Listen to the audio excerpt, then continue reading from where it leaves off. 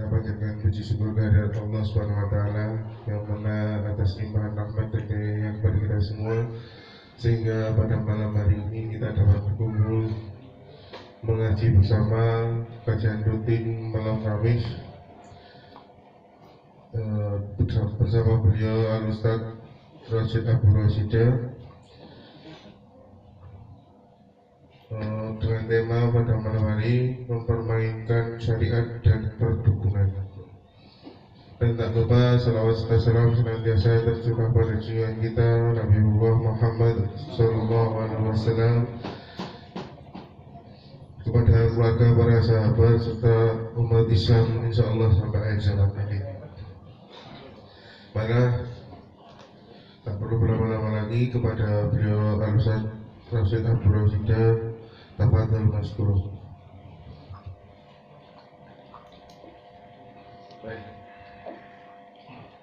Bismillahirrahmanirrahim. Assalamualaikum warahmatullahi wabarakatuh. Waalaikumsalam. Alhamdulillah. Alhamdulillahilladzi bi ni'matihi tatimmus shalihat wa bi fadlihi ihtadal muhtadun. Allahumma salli wa sallim ala habibina wa qudwatina Muhammad sallallahu alaihi wa ala alihi wa sallam wa man sara ala nahjihi wa ihtada bihadihi wa da'a bida'watihi ila yaumiddin, amma ba'd. Alhamdulillah, ikhwatul iman, ahibbakumullah, para jamaah sekalian, saudara-saudaraku yang mencintai sunnah dan dicintai oleh Allah Azza wa Jal, bersyukur di malam hari ini Allah Subhanahu wa Ta'ala tidak henti-hentinya melimpahkan nikmat dan rahmatnya kepada kita. Allah limpahkan kepada kita nikmat iman, nikmat aman, nikmat sehat maupun nikmat waktu luang. Dan Allah Subhanahu wa Ta'ala limpahkan pula rahmatnya kepada kita berupa kelembutan hati, ketundukan hati, hingga dengan sadar di malam hari ini kita memanfaatkan nikmat yang ada dalam rangka ketaatan. Semoga duduknya kita, bermajelisnya kita pada malam hari ini tercatat di sisi Allah Azza wa Jalla sebagai ketaatan yang memperberat timbangan kebaikan kita di yaumil qiyamah. Salawat dan salam juga senantiasa kita aturkan pada junjungan kita bersama Nabiullah Muhammad sallallahu alaihi wa ala alihi wasallam, juga pada keluarga beliau, istri-istri beliau, sahabat-sahabat beliau, dan seluruh pengikut beliau yang senantiasa istiqamah menjalankan sunnah beliau sallallahu alaihi wa ala alihi wasallam. Alhamdulillah, para jamaah sekalian, kembali kita lanjutkan majelis muharramat istihana biha katsirun minan nas, dosa-dosa yang seringkali diremehkan oleh manusia. Di pertemuan yang lalu kita telah membahas tentang runadar dan juga menyembelih selain karena Allah. Maka di malam hari ini kita masuk pada bahasan wa min amthilati syirkil akbar al-azimah, termasuk di antara contoh syirik besar lainnya dan juga sesuatu yang sering diremehkan oleh manusia adalah tahlil ma harramallah wa tahrim ma ahallallah, menghalalkan apa yang Allah haramkan dan mengharamkan apa yang Allah halalkan, alias mempermainkan syariat. Dibahasakan di sini oleh beliau Syekh Shalih Al-Munajjid Habibullah Ta'ala, au i'tiqad anna ahadan yamlikul haqq fi dhalik ghairullah azza wa jalla, sebuah keyakinan atau kepercayaan bahwa seseorang punya hak untuk membuat syariat untuk menghalalkan atau mengharamkan selain Allah Subhanahu wa Ta'ala. Kenapa bahasan mempermainkan syariat ini termasuk syirik akbar? Kenapa kok syirik akbar ini nggak berputar di antara mengkultuskan kuburan? Bahasan di 2 pertemuan lalu. Kenapa kok syirik akbar ini bukan bahasan tentang nazar selain Allah saja, atau menyembelih selain untuk Allah saja? Apa yang jadi bahasan di pertemuan lalu? Kenapa kok mempermainkan syariat termasuk syirik akbar? Karena berarti ada keyakinan salah seorang di antara kita punya hak yang sama seperti Allah. Menganggap ada di antara makhluk-makhluk Allah punya prerogatif untuk mengatur syariat. Dan ini jelas adalah sebuah kebatilan.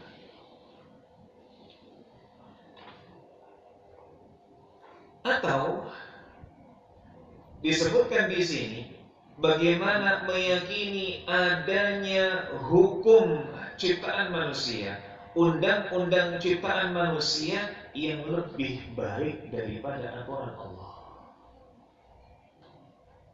Menganggap bahwasanya demokratia alias demokrasi ini lebih baik, lebih mengakomodir bagaimana kepentingan bersama maslahat umum dibandingkan undang-undang Allah. Ini bagian dari kesyirikan. Ketika Allah Subhanahu wa Ta'ala berfirman, "Wa man lam yahkum bima anzalallah fa ulaika humul kafirun." Barang siapa yang berhukum selain dengan hukumnya Allah, maka ia kafir. Ayat ini perlu kemudian kita rinci dan kita telaah berdasarkan penjelasan para ulama.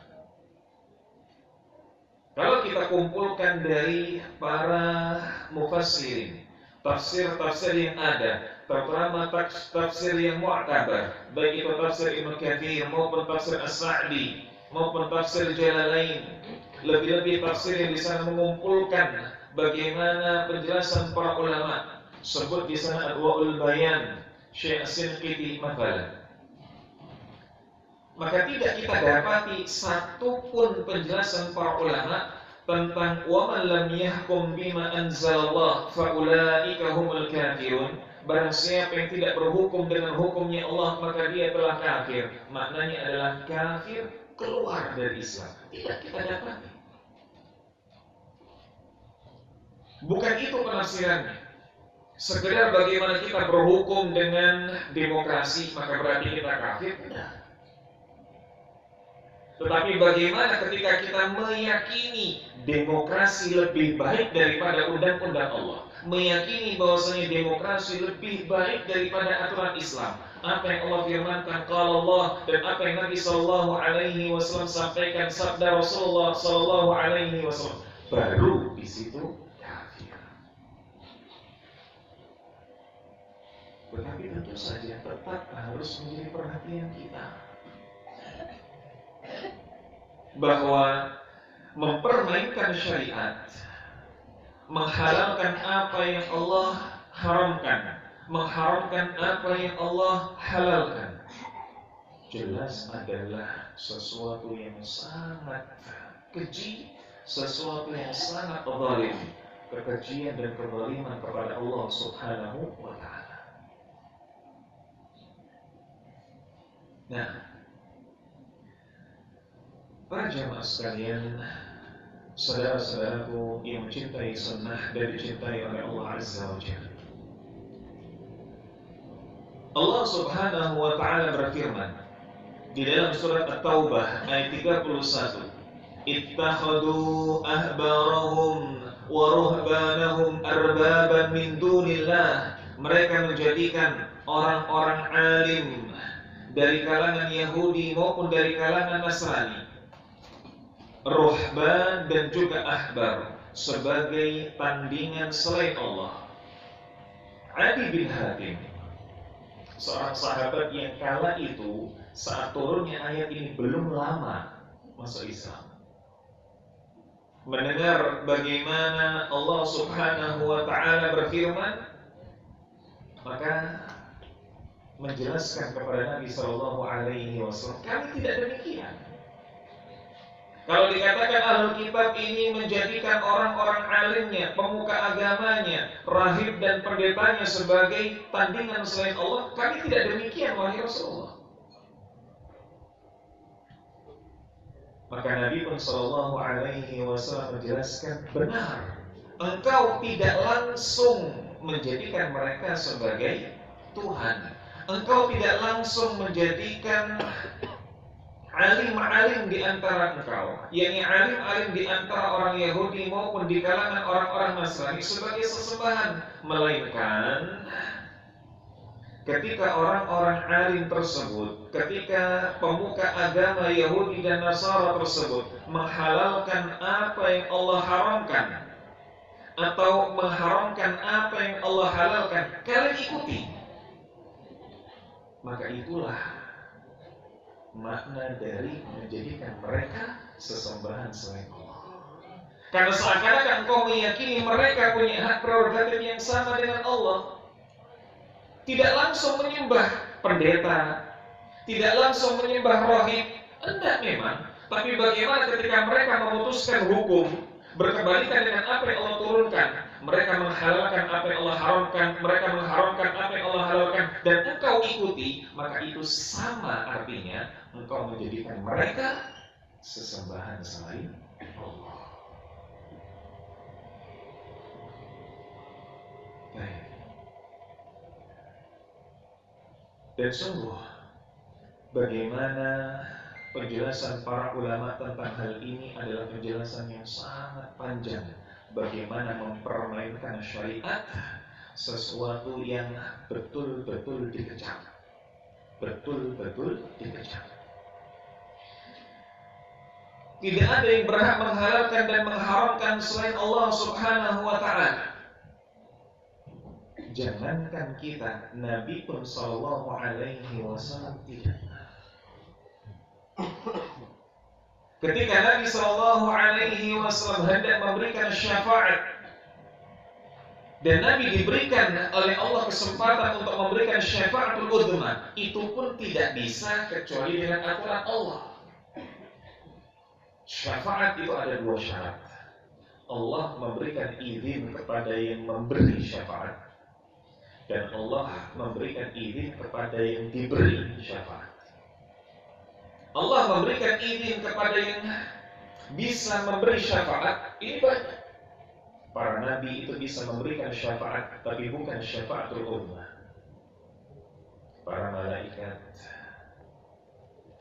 para hufadzul Quran, para syuhada, mereka Allah izinkan. Termasuk Nabi sallallahu alaihi wasallam dengan syafaat yang khusus, yakni syafaatul udzma. Tapi seandainya mereka sudah diizinkan, dan memang mereka sudah diizinkan, mereka ini para malaikat, para hufaz, para syuhada, para nabi, khususnya Nabi sallallahu alaihi wasallam, ketika sudah diberikan izin, tidak bisa memberikan syafaat kepada siapapun yang dikehendaki. Tetap harus dengan seizin Allah. Kalau Nabi saja sallallahu alaihi wasallam tidak bisa kemudian mengutak-atik syariat, apalagi kita. Lalu dengan seenaknya umat di akhir zaman yang tidak takut dengan hukum Allah mengatakan korupsi hanya cara lain mengais rezeki. Ini sudah kebelinger otaknya. Seakan-akan dia mengatakan korupsi halal. Ini ucapan-ucapan yang mungkin ringan, ucapan-ucapan yang mungkin dianggap sebagai guyonan, tapi konsekuensinya berat. Karena dia merubah hukum Allah. Baik. Dan yang demikian ini termasuk kedustaan yang azim, kedustaan yang besar. Allah berfirman dalam surat An-Nahl ayat 116, Allah Ta'ala mengatakan, وَلَا تَقُولُوا لِمَا تَصِفُ أَلْسِنَتُكُمُ الْكَذِبَ هَذَا حَلَالٌ وَهَذَا حَرَامٌ لِتَفْتَرُوا عَلَى اللَّهِ الْكَذِبَ Dan janganlah engkau mengatakan terhadap apa yang disebut oleh lidahmu dengan dusta. Lidahmu mengatakan ini halal, ini haram, untuk mengada-ngada kedustaan terhadap Allah Subhanahu wa taala. Orang yang dia mempermainkan syariat, seenaknya mengatakan ini halal dan ini haram, maka kedustaan yang nyata. Dan Allah tutup surat An-Nahl ayat 116 dengan mengatakan innal ladzina yaftaruna 'ala Allahil kadhiba la yuflihun. Sejatinya orang yang mengadakan kedustaan atas Allah tidak akan beruntung. Tidak akan beruntung. Ibnu Katsir rahimahullah ta'ala dalam tafsirnya ketika menjelaskan surat An-Nahl ayat 116 ini, maka beliau mengatakan semua bid'ah, semua kebid'ahan yang tidak ada sandarannya, begitu pula semua tahlil atas apa yang telah Allah haramkan dan semua tahrim atas apa yang telah Allah halalkan, maka ini adalah sesuatu yang haram bi'ijma'il ulama, dengan ijma' para ulama. Kenapa? Karena berarti mereka telah mendewakan hawa nafsunya. Karena berarti mereka telah mendewakan hawa nafsunya. Pertanyaannya sekarang, apa faktor pendorong seseorang itu mempermainkan syariat? Apa saja yang membuat seseorang itu dengan seenaknya bisa mempermainkan syariat? Yang pertama, ghulu, berlebihan. Dan dalilnya adalah dalil yang telah kita nukilkan tadi, surat At-Taubah ayat 31.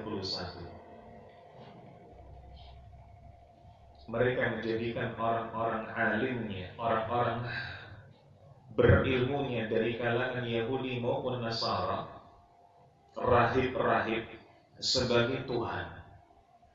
Yang tadi sempat disanggah oleh Adi bin Hatim, tapi kemudian dijelaskan lebih lanjut oleh Nabi SAW. Mereka ghulu, mereka menganggap bahwasanya apa yang dikatakan rahib, apa yang dikatakan oleh ruhban pasti benar. Maka jangan sampai ini kita copy paste.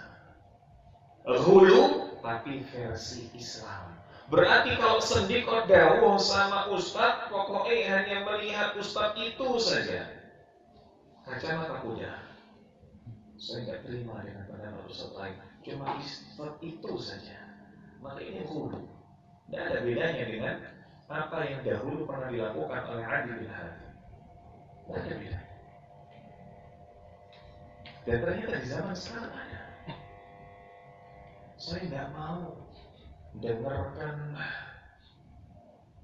ceramahnya selain A, hanya A saja. Kenapa? Setelah dicari tahu sebab A ini konon katanya dikingani pusat. Berarti kalau dekingan cabang tidak masuk. Siapa yang menentukan pusat dan cabang? Saya nggak terima kalau mendengar ceramahnya selain si A. Kenapa? Karena dia min dzurriyyatir Rasul, termasuk garis keturunan Rasul. Seakan-akan kalau bukan keturunan Rasul tidak layak untuk memberikan nasihat. Subhanallah. Maka termasuk kesalahan siapapun ketika di sana dia diberikan mimbar, ketika dia menyampaikan ceramah, lalu mengatakan atiuni, taatilah kalian aku. Ini keliru. Manuto aku, ini keliru. Maka dai, muballigh, ustadz, kiai, siapapun itu, ketika dia memang berusaha untuk mengajarkan kepada umat, mestinya dia sampaikan atiullah wa atiur rasul, bukan atiuni, bukan atiuni. Maka hati-hati. Baik. Berikutnya, apa yang mendorong seseorang untuk mempermainkan syariat? Selain hulu, maka di sana ada faktor umara, pemerintah. Bagaimana ketika di sana pemerintah yang menghalalkan sesuatu haram, mengharamkan sesuatu yang halal? Kenapa kok kami dilarang minum khamr? Kenapa kok kami dilarang menjual khamr? Loh, ya memang dilarang. Nabi Shallallahu Alaihi Wasallam menyebutkan larangannya. Terlaknat, kata Nabi. Dilaknat oleh Allah, dilaknat oleh Rasulullah Shallallahu Alaihi Wasallam. Orang yang kemudian dia menjual anggur, memerasnya, mengantarnya, membelinya lebih-lebih. Dan dikatakan itu sebagai sesuatu yang najis. Enggak kok, kami dapat surat legal. Berdalih dengan usahanya ilegal. Masa kalau usahanya legal mau diharamkan? Apa yang berarti pemerintah menghalalkan sesuatu yang haram? Berarti pemerintah di sana mempermainkan syariat, maka ada rinciannya di sini. Ketaatan kepada umara ini dirinci menjadi dua. Yang pertama, mentaati umara dalam perkara yang selain maksiat, maka hukumnya wajib. Hukumnya wajib. Maka ini adalah nasihat untuk diri anak pribadi maupun yang lain. Taat kepada umara pada hal-hal yang bukan maksiat wajib. Entah itu yang sifatnya duniawi ataupun ukhrawi. Ketika yang sifatnya ukhrawi, misalkan pemerintah Pemda membuat aturan dalam bulan Ramadan maka warung-warung harus ditutup separuh. Ya, dalam hal ukhrawi, bagaimana pemerintah mendukung apa yang jadi syariatnya kaum muslimin wajib. Bahkan termasuk urusan duniawi. Maka ini sekali lagi nasihat untuk kita bersama. Ana dan antum tidak ada bedanya. Karena kita pun masih kadang dapati bagaimana aturan-aturan pemerintah yang sifatnya duniawi disepelekan. Apa contohnya? Baju. Sudah ngaji, pakai gamis, pakai peci, lampu merah, bablas. Nah, subhanallah. Dalilnya apa? Anak kampung sini. Ini menodai syiar. Apalagi kok kemudian di selebor motornya ada tulisan Raja, Klik Sunnah, Sahabat Mara, Bimbingan Islam, Yufik. Nah, ini menghancurkan dakwah sunnah. Jangan. Ini nasihat untuk semuanya. Apalagi sudahlah karena dia melanggar urusan yang kecil yang sepele, tapi kalau di sana ada peluang kritik ke pemerintah, wah lambene lamis tenan. Seakan-akan dia, kenapa pemerintah ini harus impor? Kenapa pemerintah ini kok ekspornya sedikit dan lain sebagainya? Dia berbicara seakan-akan pakar ekonomi, pada lampu merah dia bablas, racucok. Ini pertama, mentaati pemerintah dalam perkara yang bukan maksiat kepada Allah, hukumnya wajib. Yang kedua, mentaati mereka dalam hal-hal yang mengharamkan halal atau menghalalkan haram. Mentaati pemerintah pada perkara-perkara yang menyelisih syariat. Bagaimana hukumnya? Ada rincian lagi.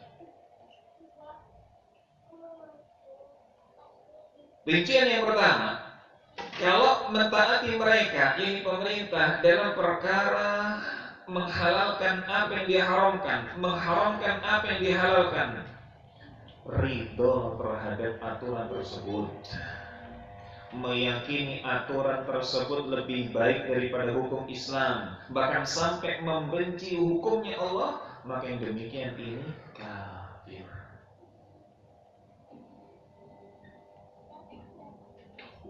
Seseorang mengatakan NKRI harga mati, Pancasila harga mati, UUD 45 harga mati, IKN harga mati. Subhanallah. Seakan-akan apa yang kemudian menjadi keputusan pemerintah semuanya harga mati. Benar, kita ada seruan untuk membela negara ini. Betul. Tapi ketika kemudian semuanya ditelan mentah-mentah, bahkan termasuk kemudian aturan pemerintah yang melanggar syariat. Contohnya seperti apa? Seperti pelegalan jual beli miras. Dia riba dengan itu, dia menganggap itu adalah sesuatu yang lebih baik, karena itu mungkin mata pencaharian dan lain sebagainya. Dia meyakini seperti ini, hati-hati. Ini sesuatu yang sensitif, tapi mimbar bil'ilm harus kita sampaikan. Ini rincian yang pertama. Rincian yang kedua, mengikuti mereka dalam keadaan ridho. Saya ridho dengan hukum pemerintah, aturan pemerintah.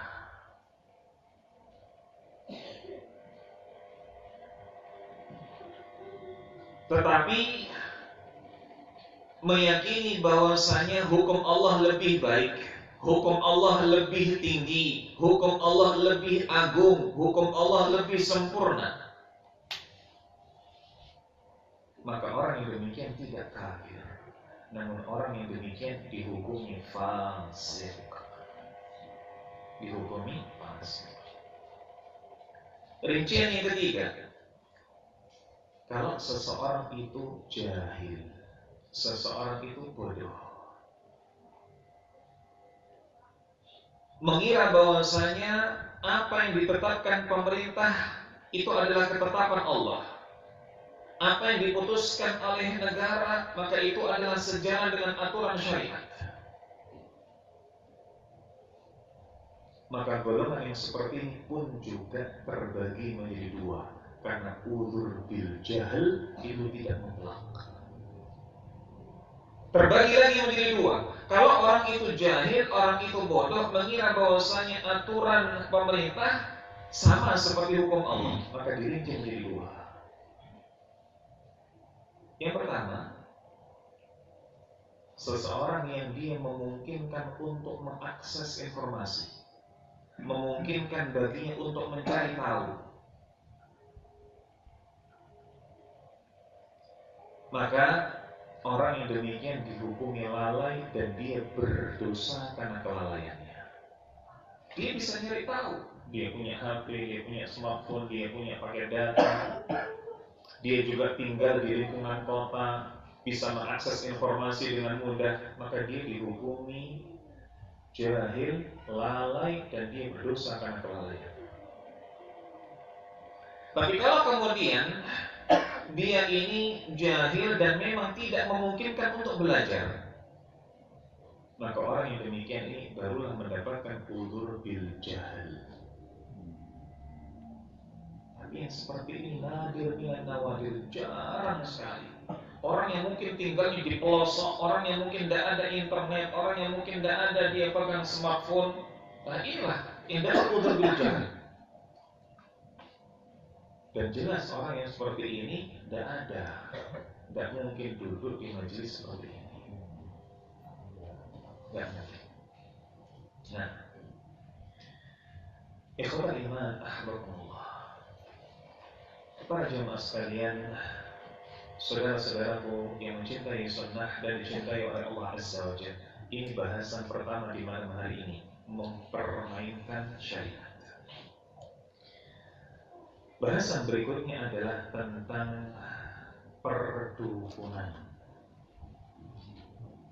Maka termasuk di antara bentuk kesyirikan yang juga masih banyak di sekitar kita, sering dianggap lalai oleh masyarakat, sering dianggap biasa oleh masyarakat, adalah perdukunan.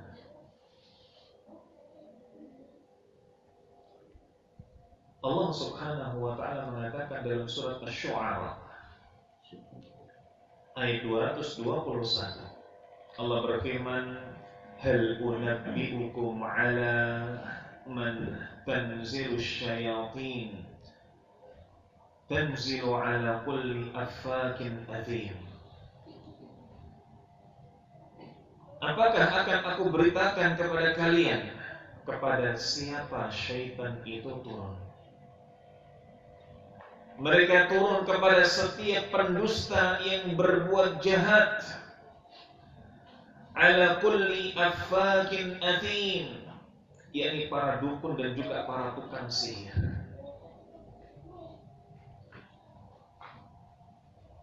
Para ulama ketika mengomentari ayat ini, surat Asy-Syu'ara ayat 221, di antaranya adalah Ibnu Jauzi rahimahullah. Ala kulli affakin athim, kepada setiap pendusta yang berbuat jahat. Siapa para pendusta yang berbuat jahat? Dikatakan oleh Ibnu Jauzi, merekalah kuhan, merekalah para dukun, merekalah sahar, merekalah para tukang sihir, yang mereka yang bergaul akrab dengan syaitan. Bergaul akrab dengan syaitan. Bahkan sahabat yang mulia Abdullah bin Mas'ud radhiyallahu anhu ketika menafsirkan firman Allah dalam surat Al-An'am ayat 112, Allah Ta'ala mengatakan, "Kadzalika ja'alna likulli nabiyyin 'aduwan syayatinal insi wal jin." Demikianlah kami jadikan para nabi itu punya musuh, yakni syaitan dari kalangan jin, syaitan dari kalangan manusia. Abdullah bin Mas'ud menjelaskan, siapa syaitan dari kalangan manusia? Syaitan dari kalangan manusia itu bukan sekadar manusia yang berdosa, tapi syaitan dari kalangan manusia, kata Abdullah bin Mas'ud, adalah para kuhan, para dukun, para tukang sihir. Itulah syaitan dari kalangan manusia.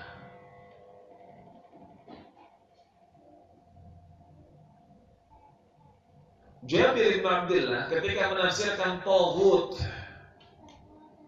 maka beliau juga mengartikan taghut itu adalah para kuhan, dukun.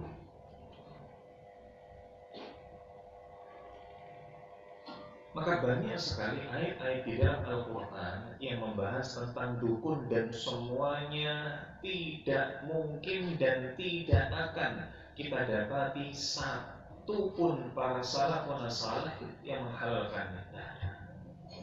Baru di akhir zaman ada orang yang mengklasifikasikan kuhan itu tidak mutlak, dukun itu tidak mutlak. Ada di sana dukun putih, ada di sana dukun hitam. Ini kok golek umpek-umpek dalam kitabnya para ulama, tidak ada. Siapa dukun putih? Semua dukun hitam.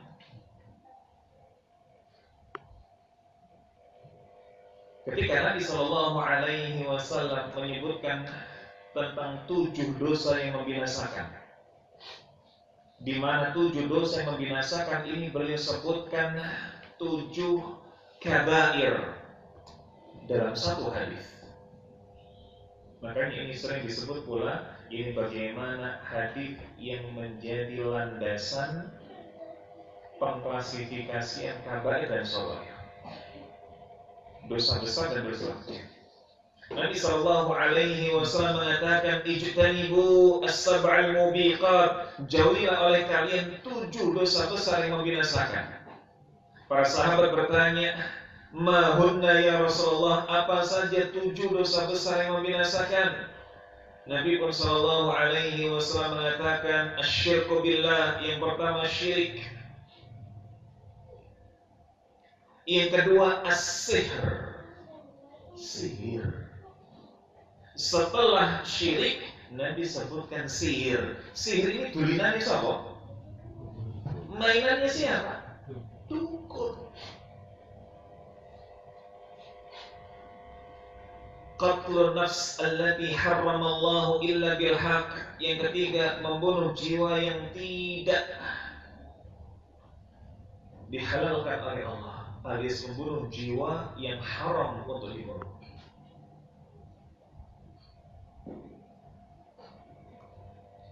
Yang keempat, aklur riba, memakan riba. Yang kelima, aklu malil yatim, memakan harta anak yatim. Yang keenam, at-tawalli yaumaz zahaf, lari dari medan perang. Yang ketujuh, qadhful muhsanat, menuduh wanita baik-baik berzina. Menuduh wanita baik-baik berzina saja sudah sebuah hal yang kecil. Tapi ini disebutkan oleh Nabi Shallallahu Alaihi Wasallam runtutan ketujuh. Runtutan pertama, syirik. Runtutan kedua, sihir, dukun. Jelas, ini semua menjadi sebuah kesimpulan bahwasanya dukun itu tidak ada yang putih, semuanya hitam. Nah, kalau ada pertanyaan, apa sebab dukun itu dosa besar? Atau apa sebab dukun itu bisa menjadikan seseorang kafir?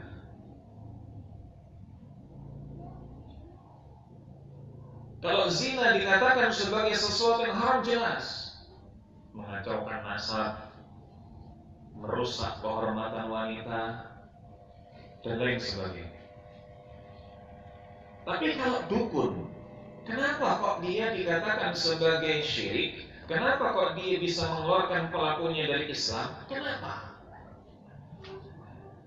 Yang pertama, karena dukun mengaku mengetahui perkara gaib. Padahal mengetahui perkara gaib ini kekhususan siapa? Allah Subhanahu wa Ta'ala. Bahkan Kanjeng Nabi Sallallahu Alaihi Wasallam tidak bisa tahu perkara gaib. Tidak bisa tahu. Ketika kemudian Nabi Sallallahu Alaihi Wasallam dimi'rajkan oleh Allah, dimi'rajkan ke langit, ke Sidratul Muntaha. Setelah kemudian sebelumnya diisrakan dengan mengunjungi Masjidil Aqsa dalam kurun waktu semalam, dan di pagi harinya Nabi Shallallahu Alaihi Wasallam menyampaikan kepada khalayak. Ini saja sudah tuduhan macam-macam. Kalau kita berpikir secara logika dan kalau kita posisikan ada di zaman itu, ayo ikhwan, kita pun jangan kemudian kepedean akan ada di barisan Nabi. Dari Makkah ke Palestina, ya jaraknya jauh. Dari Makkah ke Palestina ini jaraknya jauh. Jangankan kemudian dari Makkah ke Palestina, dari Makkah ke Madinah saja, ini jaraknya jauh. Jaraknya jauh.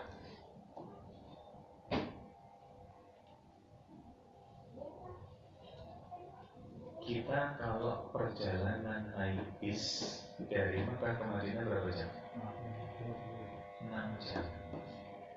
Kalau naik kereta cepat berapa jam? 2 jam lebih. Ini kalau ditempuh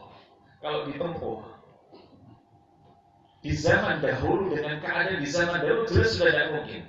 Apalagi seandainya kemudian digabung antara perjalanan dari Makkah ke Palestina, ke Aqsa, kemudian ke Sidratul Muntaha. Kita saja sekarang, kalau kemudian ada orang yang mengaku saya semalam sholat Isya di Makkah, padahal mungkin sholat maghribnya, padahal mungkin sorenya ngopi bareng kita bisa percaya nggak? Di zaman sekarang Kita harus menempuh perjalanan pesawat 9 jam. Kemudian kembali lagi ke sini. Kita saja di zaman sekarang mengaku hal yang mustahil. Apalagi di zaman dahulu. Apalagi bukan hanya kemudian ke Aqsa, tapi juga ke Sidratul Muntaha. Maka apa yang kemudian disampaikan oleh Abu Jahal, apa yang disampaikan oleh Abu Lahab, ini sesuatu yang logis sekali. Sehingga seandainya kita di zaman sekarang dengan kadar keimanan seperti ini, kok hidup di zaman itu, jangan kemudian kita ada di barisannya Nabi Sallallahu Alaihi Wasallam.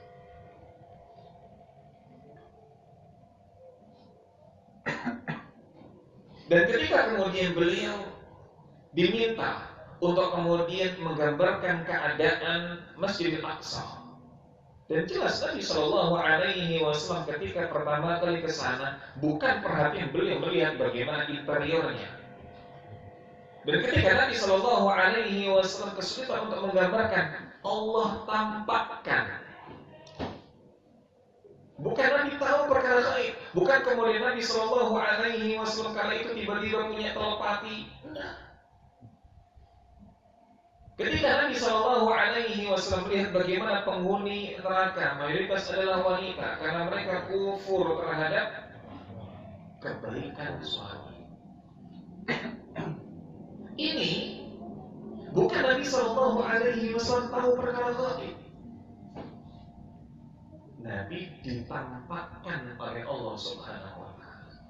Maka kalau Nabi saja Shallallahu Alaihi Wasallam tidak tahu perkara gaib, kok kemudian dukun mengaku tahu? Ini menyebabkan mereka kafir. Yang kedua, kenapa kok dukun ini dikatakan kafir? Dosa besar karena kerjasama sama syaitan. Kong kali kongnya sama syaitan. Ya. Dan sudah cukup dua hal ini untuk menjadikan mereka kafir. Wallahu a'lam bishawab. Para jamaah sekalian, saudara-saudaraku yang mencintai sunnah dan dicintai oleh Allah Azza wa Jalla, ini bahasan kita di malam hari ini. Bahasan yang bisa kita sampaikan di pertemuan ke berapa ini? Pertemuan ke 4, betul? Nah, di pertemuan keempat kita dari kitab Muharramat Istiqan Nabi Al-Kathir Minan Nas. Insyaallah masih banyak pertemuan yang masih akan kita jumpai.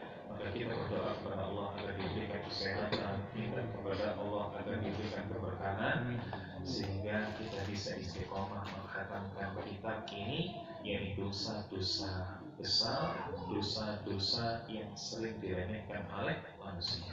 Wallahu a'lam bishawab. Sampai di sini kalau ada yang mau ditanyakan, tafadhol. Monggo, bagi yang mau bertanya, silakan kita batasi 3 orang penanya. Ustaz, kebetulan tadi siang itu saya melihat masalah Isra Mi'raj tadi. Jadi ada tadi siang itu saya melihat di Facebook ya, itu ada penjelasan Isra Mi'raj secara ilmiah gitu. Katanya Isra Mi'raj itu memang kalau secara ilmiah itu bisa diterima akal, karena Isra Mi'raj ternyata seperti perjalanan menembus dimensi lain gitu. Karena apa? Rasul kan terus ketemu para nabi yang sudah meninggal, kemudian melihat neraka dan surga. Nah, kalau seperti itu tuh, kalau kita meyakini itu, apakah seperti dukun dosa gitu, mengetahui hal itu? Nah, karena itu ada istilahnya secara ilmiah sudah dijelaskan seperti itu, jadi seperti menembus dimensi lain gitu lah. Terus yang kedua itu kalau yang masalah nerobos banju tadi ya Ustaz. Kalau misal kita itu sebenarnya ingin tertib, tapi kok banyak yang lain itu kalau dalam rampungan itu pada ngebut. Nah, khawatirnya kalau kita berhenti malah tabrak buri ya gitu. Makanya itu kita akhirnya ya ikut arus gitu loh Ustaz. Nah, itu bagaimana hukumnya? Apakah masih tetap ya gitu Ustaz? Baik. Alhamdulillah, wassalatu wassalamu ala rasulillah wa ala alihi wa sahbihi wa mawalah wa la hawla wa la quwwata illa billah. Terkait dengan Isra Mi'raj, bagaimana kalau di sana ada teori yang menyatakan Isra Mi'raj adalah logis, karena itu menembus dimensi lain. Wallahu a'lam terkait penjelasan logis ini. Tapi dengan akal yang sederhana, kita bisa katakan kalau di zaman ini ada pintu ajaib Doraemon. Itu kira-kira orangnya ini sehat, melindur, apa majnun.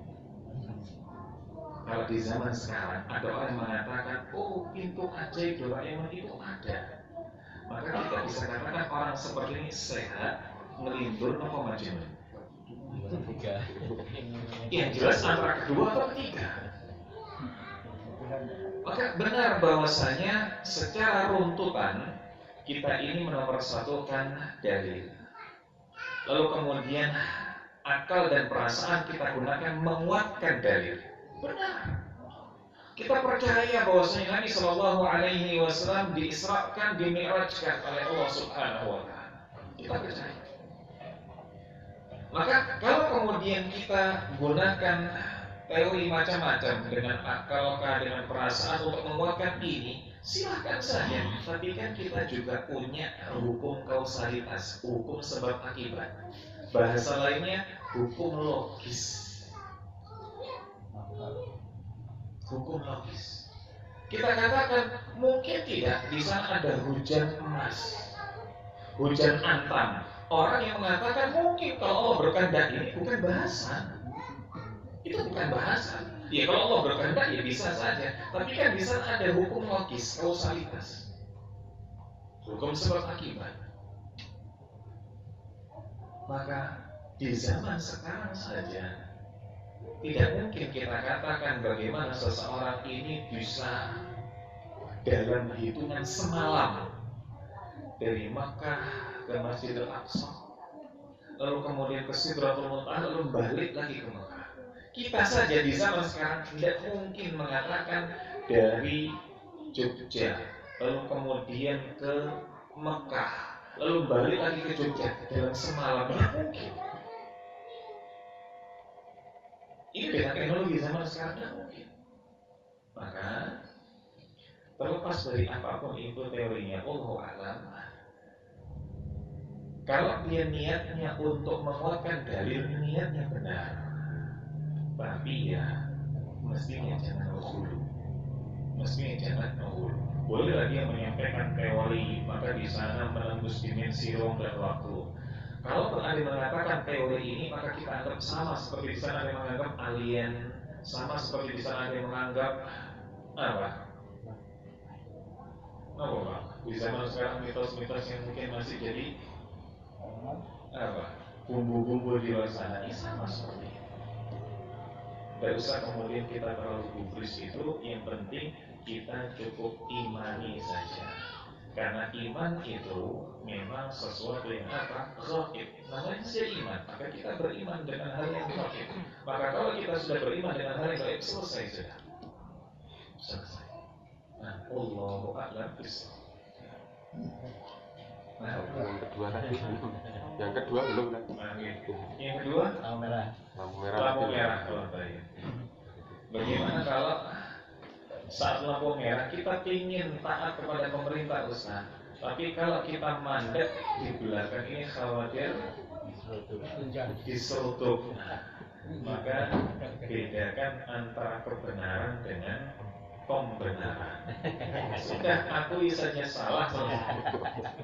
Akui saja salah selesai. Maka yang tadi kita sampaikan ini nasihat untuk semuanya. Ana dan antum tidak ada bedanya. Sama. Ketika kemudian di sana ada lampu merah, kok kemudian kita masih nerabas, maka ini adalah cambuk buat kita semua. Sekaligus warning, kita untuk urusan yang sepele saja masih meremehkan, untuk urusan sepele saja masih melanggar, ojo gumedi.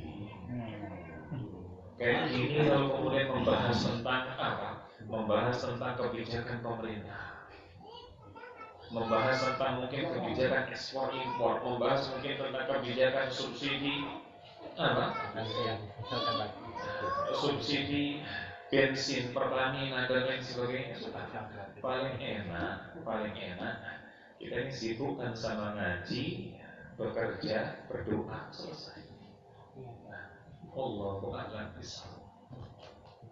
Nah, saya dulu Pak, ada catat 3. baik. Bismillah. Ini untuk yang pertama ada 2 pertanyaan juga Ustaz, biar adil.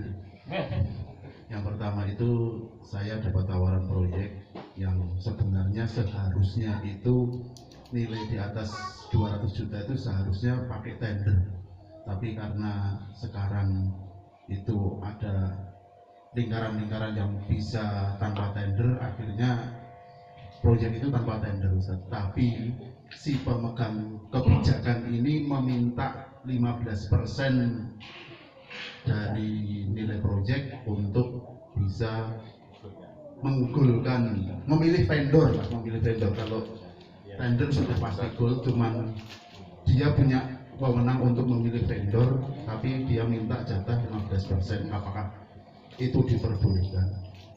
Terus yang kedua masih tentang taat kepada pemerintah, salah satunya adalah dengan mentaati aturan lalu lintas. Itu bagaimana kita kalau mencari SIM dengan nembak, memilih cari SIM dengan nembak atau berkendara tanpa SIM? Jazakallahu khairan. Baik.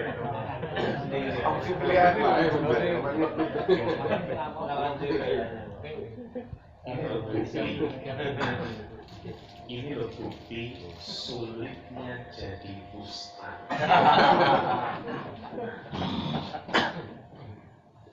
Baik, alhamdulillah, salatu wassalamu ala rasulillah wa ala alihi wa sahbihi wa mawalah wa la hawla wa la quwwata illa billah. Terkait dengan pertanyaan pertama, tender. Bagaimana ketika goal, namun di sana ada orang yang punya wewenang untuk bisa memberikan proyek ini kepada si A, si B, si C, namun minta jatah 15%. Apakah yang demikian ini boleh? Maka ini jelas bagian dari rishwah. Ar-rashi wal murtashi. Nah, ini sesuatu yang tidak boleh. Tapi 200 juta di zaman ketika ekonomi sedang sulit, itu kan sesuatu yang wah, iya, sesuatu yang wah. Tapi surga lebih mahal daripada itu. Surga lebih mahal daripada itu. Makanya sebuah doa yang perlu untuk kita lafalkan, diajarkan langsung oleh Nabi Sallallahu Alaihi Wasallam supaya kita tidak ngiler sama yang haram. Apa? Allahumma kfini bihalalika an haramika waghnini bifadlika amman siwaka. Ya Allah, ikfini bihalalik, cukupkan aku dengan kehalalan darimu, cukupkan aku dengan yang halal darimu, waghnini bifadlika amman siwak, dan cukupkan pula aku dengan karunia-Mu, bukan kepada yang lainnya, bukan dari sesuatu yang haram dan lain sebagainya. Ini salah satu apa? Salah yang harus kita lakukan. Nah,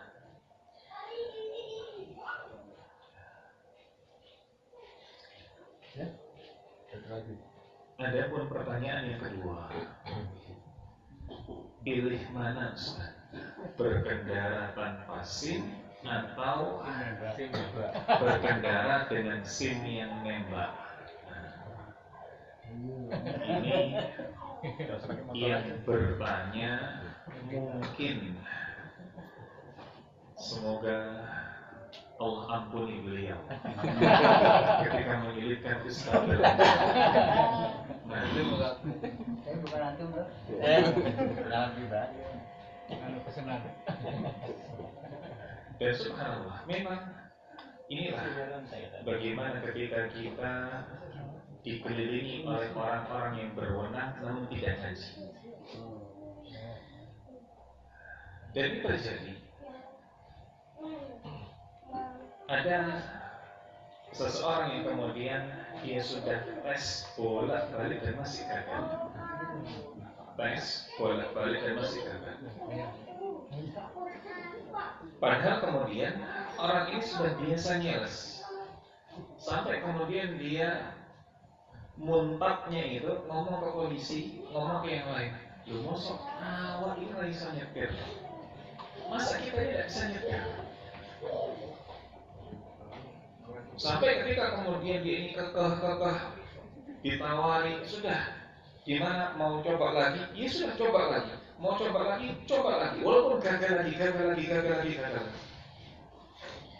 Ketika kemudian sudah gagal yang berkali-kali, datang ke anak dan tanya, gimana Ustaz? Apa yang harus saya lakukan? Antum ditawari tidak oleh oknum sana? Ditawari apa tidak? Enggak Ustaz. Mereka cuma sampaikan gagal Pak, mendaftar lagi. Gagal Pak, mendaftar lagi. Terus begitu. Sampai kemudian ketika dia terus mengikuti lagi, gagal, coba lagi.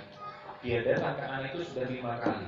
Sampai ketika dia 8 kali, maka kemudian dia datang ke anak dan mengatakan, ketika anak gagal yang kali ini dipanggil, sudah Pak, sini Pak, saya bantunya. Lalu kemudian disebutkan perintah, disebutkan tarif. Maka kalian sampaikan, ya sudah, kalau antum ditawari, iya. Kalau antum ditawari, iya.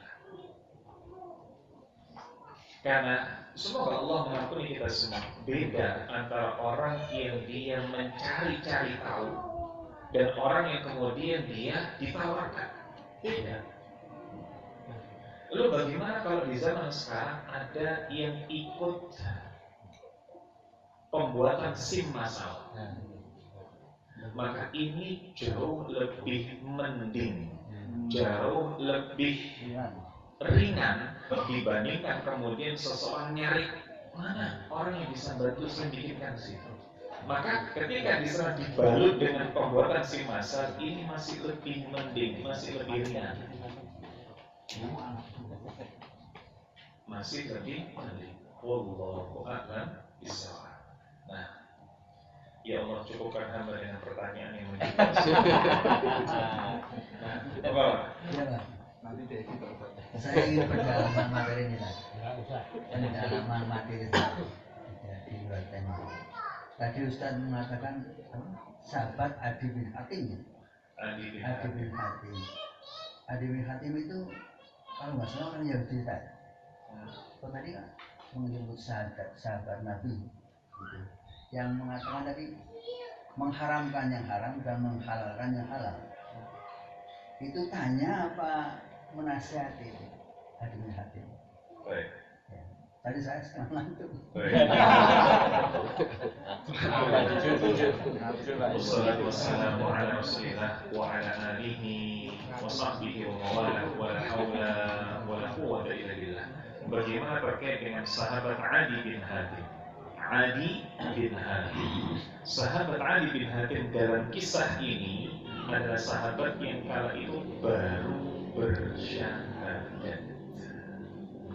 Maka ketika kemudian Allah Subhanahu wa ta'ala menjelaskan bagaimana mereka menyembah rahib dan menyembah ahbar, menyembah rahib dan menyembah ruhban, maka dikoreksi oleh Adi bin Hatim. Kami dulu tidak menyembah rahib, kami dahulu tidak menyembah ruhban.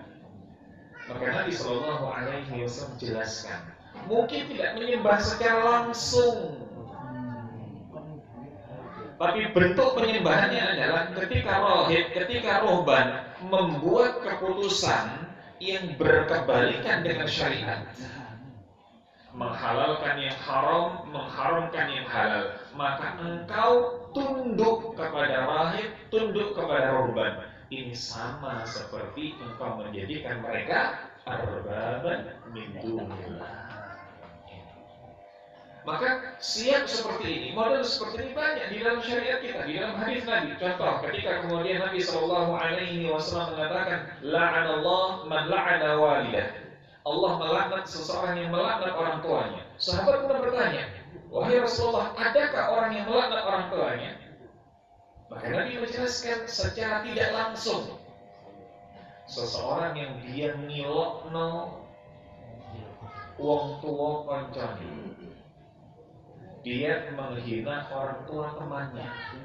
Maka karena hina tersebut temannya menghina orang tua kita, maka secara tidak langsung ini kita seperti menghina orang tua sendiri. Kenapa? Karena hinaan yang sampai kepada orang tua kita dimulai dari hinaan kita terhadap orang tua teman. Maka siap seperti ini ada di dalam syariat kita, ini hal yang biasa.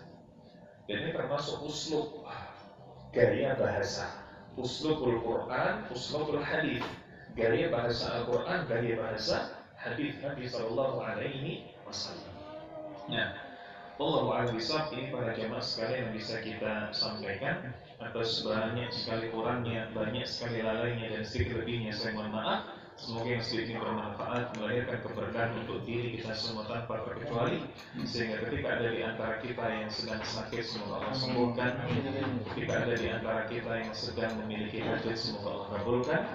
Semua karena keberkahan majelis ilmu di malam hari ini.